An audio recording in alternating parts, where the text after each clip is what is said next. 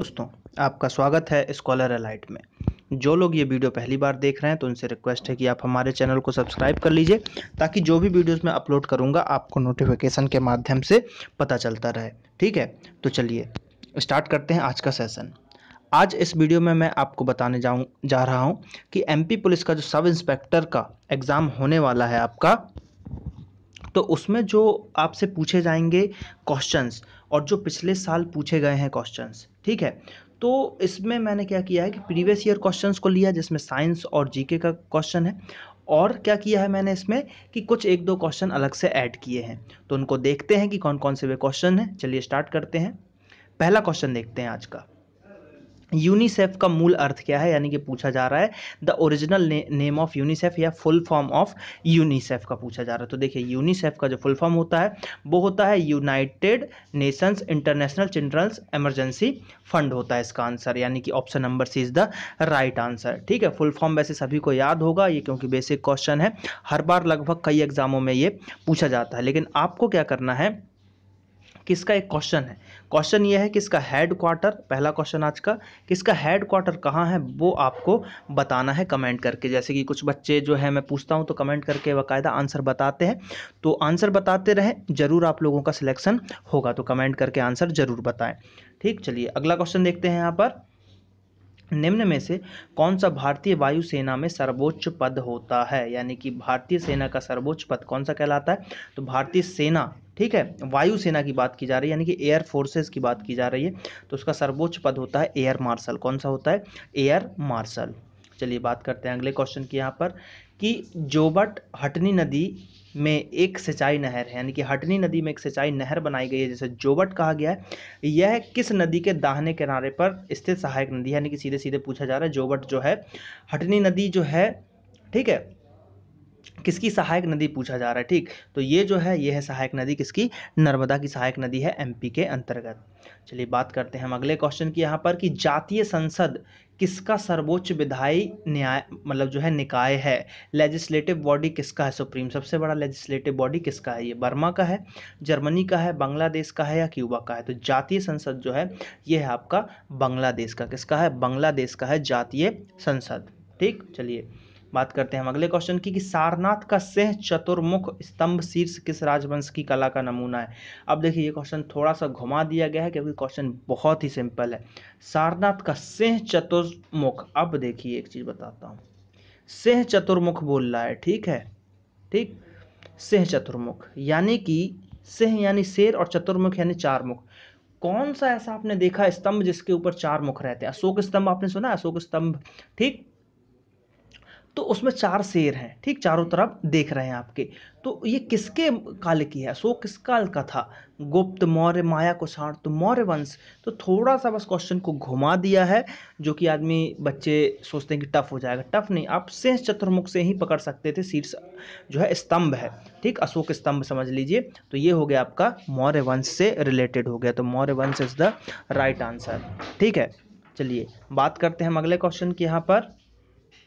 Next question है हमारे पास कि आर्य समाज जो है, आर्य समाज के द्वारा किनके द्वारा मतलब किनके द्वारा आर्य समाज प्रारंभ किया गया था, या आर्य समाज के संस्थापक कौन हैं, ये क्वेश्चन यहाँ पे पूछा जा रहा है। तो बात करते हैं क्वेश्चन की। तो यहाँ पे पहला ऑप्शन है हमारे पास स्वामी दयानंद सरस्वती, ठीक है, बसवा अन्ना, स्वामी विवेकानंद या गुरु नानक। देखिए स्वामी विवेकानंद, गुरु नानक ये तो ऐसे ही कट गए। अब जो आर्य समाज की स्थापना की थी वो बच गए हैं आपके स्वामी दयानंद सरस्वती, जिन्होंने बोला था वेदों की ओर लौटो।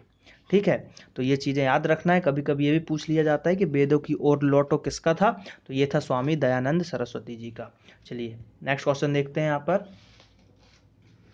अब देखिए ये क्वेश्चन क्या बोला जा रहा है कि वस्तुतः किस तालबाद्य, ठीक है, यानी कि कौन सा तालबाद्य है जिसके नाम का अर्थ होता है मिट्टी का बना हुआ, ठीक है, यानी कि चार ऑप्शन दिया हुआ है, इसमें से एक ऐसा है जिसका जो अर्थ होगा, अगर अर्थ निकालेगा तो उसको बोला जाएगा मिट्टी का बना हुआ। तो देखिए ऑप्शन है मृदगम, सितार, तबला और एक तारा।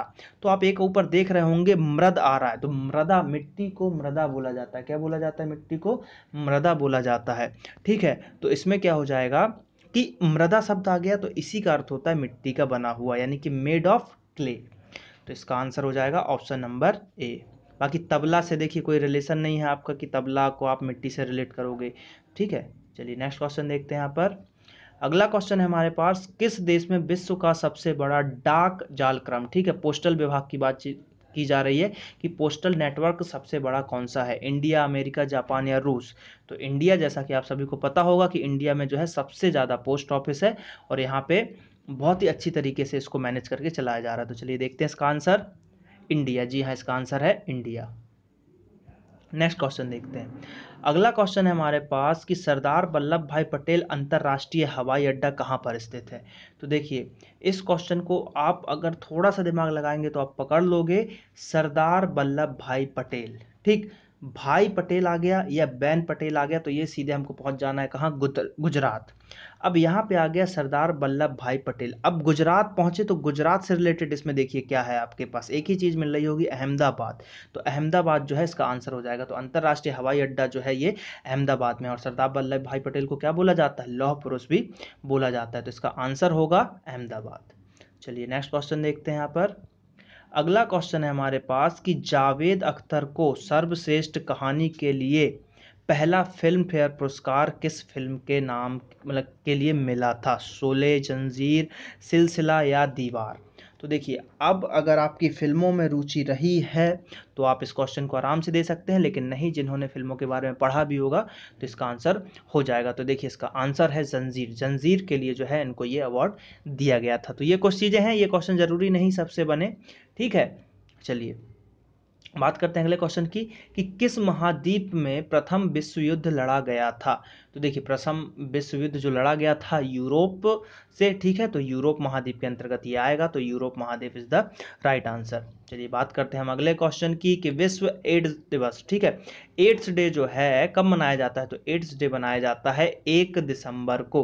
और यहाँ पे एक क्वेश्चन है आपका कि 1 दिसंबर के बाद जस्ट आता है 2 दिसंबर, तो इस दिन क्या बनाया जाता है, आपको ये बताना है कमेंट करके। और एड्स, देखिए एड्स का क्या है, ये एक वायरल डिसीज है, वायरस से फैलता है, ठीक है, HIV। इसमें क्या करता है कि शरीर का इम्यून सिस्टम आप खराब कर देगा, प्रतिरोधक क्षमता खराब हो जाती है। तो कोई भी बीमारी अगर आपको अगर एड्स हो गया और कोई भी बीमारी फिर ऊपर से होगी तो वो जल्दी ठीक नहीं होगी, जिससे आप जो धीरे धीरे कमज़ोर होते जाएंगे और अंततः आपकी मृत्यु हो जाएगी, ठीक है।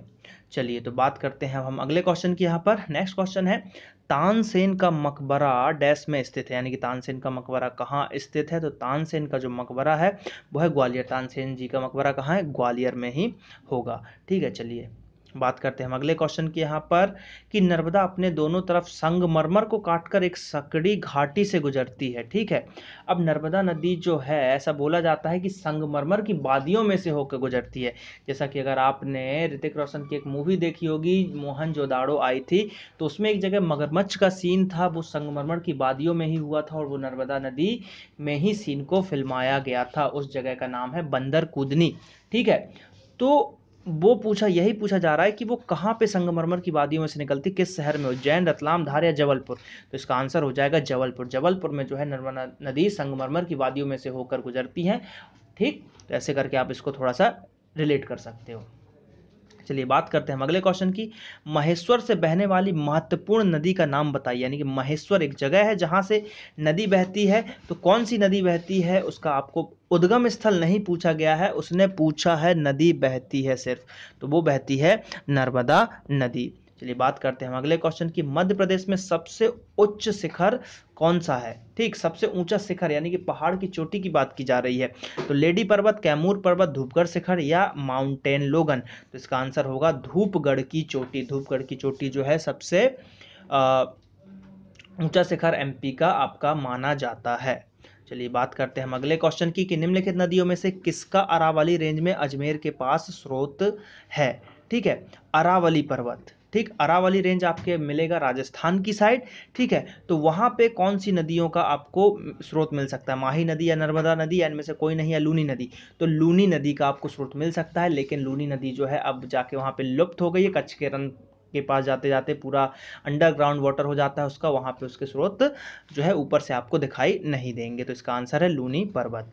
बात करते हैं हम अगले क्वेश्चन की कि दूरदर्शन का प्रबंधन, ठीक है, यानी कि दूरदर्शन जो है किसके द्वारा मैनेज किया जाता है। ऑप्शन है DD national, DD Bharti, Prasar Bharati या सलमा सुल्तान। देखिए डीडी नेशनल चैनल का नाम है, ठीक है, इसके द्वारा इसको मैनेज नहीं किया जाता, मैनेज किया जाता है प्रसार भारती के द्वारा। किसके द्वारा? प्रसार भारती। चलिए बात करते हैं हम अगले क्वेश्चन की। यहाँ पर नेक्स्ट क्वेश्चन है हमारे पास, किस फिल्म अभिनेता ने 2016 में पद्म भूषण पुरस्कार जीता? अब देखिए ये पिछले साल का पेपर मैं डिस्कस करा रहा हूं आप लोगों को, तो यहाँ पर क्या हो जाएगा कि 2016 में किसको मिला था, है ना? तो 2016 में जो मिला था वो मिला था रजनीकांत जी को। किसको मिला था? रजनीकांत। बात करते हैं हम अगले क्वेश्चन की कि निम्नलिखित में से किस राज्य में सिंधु सभ्यता का शहर लोथल है? तो लोथल जो है इंडिया में बात करें तो लोथल है गुजरात के अंतर्गत। और राजस्थान में आपको मिलेगा कालीबंगा, राजस्थान में कालीबंगा आपको मिलेगा। और लोथल की बात की जाए तो गुजरात में है, और ये हड़प्पा कालीन सभ्यता या इंडस वैली सिविलाइजेशन के अंतर्गत ये वहाँ का बंदरगाह भी माना गया था, ये बंदरगाह था। चलिए बात करते हैं हम अगले क्वेश्चन की। तो यहाँ पर देखिए क्वेश्चंस हमारे पास समाप्त हुए, ये पार्ट यहाँ पे समाप्त होता है। अब आप लोगों का काम है कि चैनल को सब्सक्राइब कर लीजिए। ये हमारा फेसबुक पेज है www.facebook.com/scholaralite, इसको भी लाइक कीजिए, ज़्यादा से ज़्यादा वीडियोज़ को देखिए, कमेंट कीजिए जो मैं क्वेश्चन पूछता हूँ। और यहाँ पे नेक्स्ट और प्रीवियस वीडियो की आप लिंक देख पा रहे होंगे, तो इस पर क्लिक कीजिए और वीडियोज़ को देखिए। चलिए मिलते हैं हम अगले पार्ट में। Thank you.